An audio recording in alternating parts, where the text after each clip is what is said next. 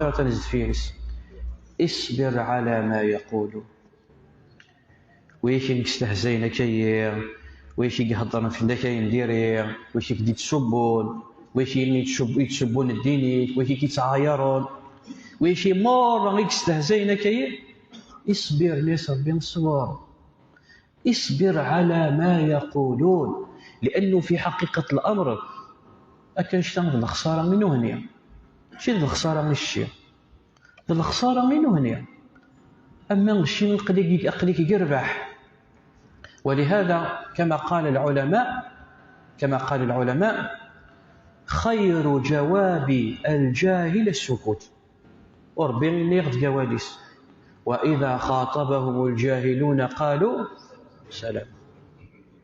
ما إذا طفيت يوم كان يبدو يرقم كيد يبدو يتيرك ديال مسلايين تحف كان يبغى ديرها غور كان وخرج سوسم صبرت، لأنه ما إلا ثيرتي مانيك أتموت تجهلت كثر إنك جاهل ساعة وتقدم كيف تكونون سواء تسلم كيف نيش صبر.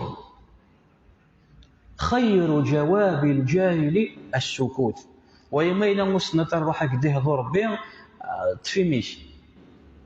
كما قال الإمام الشافعي جادلت عالما فغلبته وجادلت جاهلا فغلبني.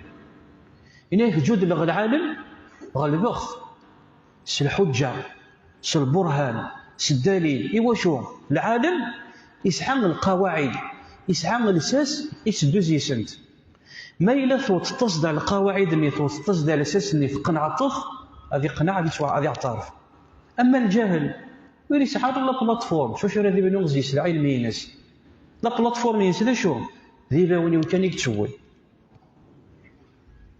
العبد ما هي غادي تتجادلط ذا المستحيل مرات تقيم ذي الصباح ميد العشاء ذا المستحيل تتقنعط. فويل الإمام الشافعي قال